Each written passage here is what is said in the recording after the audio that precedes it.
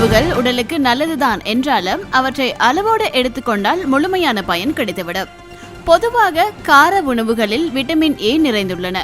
மேலும் கார வகை உணவுகள் உமிழ்நீரை நன்கு சுரக்க செய்கிறது. குடைமிளகாய் என்பது வளமையான ஆன்டி ஆக்சிடென்ட் நிறைந்த உணவு. இருப்பினும் நாம் உணவோடு சேர்த்து உண்ணும் பச்சை மிளகாயை சாதாரணமாக விட்டுவிட முடியாது. பச்சை மிளகாயில் விட்டமின் சி அதிகமாக உள்ளது. இது இயற்கையான நோய் எதிர்ப்பு சக்தியை வலுப்படுத்தும். மிளகாயை பயன்படுத்துவதால் மூக்கடைப்பு சரியாகும். பச்சை மிளகாயில் உள்ள விட்டமின் இ சத்து சருமத்தில் எண்ணெய் சுரப்பதற்கு உதவி புரிகிறது. அதனால் காரமான உணவை உண்பதன் மூலம் நல்ல சருமத்தை பெற முடியும். மிளகாயில் கலோரிகள் இல்லை. அதனால் உடல் எடையை குறைக்க டயட்டில் இருக்கும்போது கூட மிளகாயை பயன்படுத்தலாம். பச்சை மிளகாயை உண்பதால் புரோட்டஸ் புற்றுநோய் பிரச்சனை வராமல் தடுக்க முடியும். இரத்தத்தில் உள்ள சர்க்கரை அளவை சமநிலையில் வைக்கவும் உதவும்.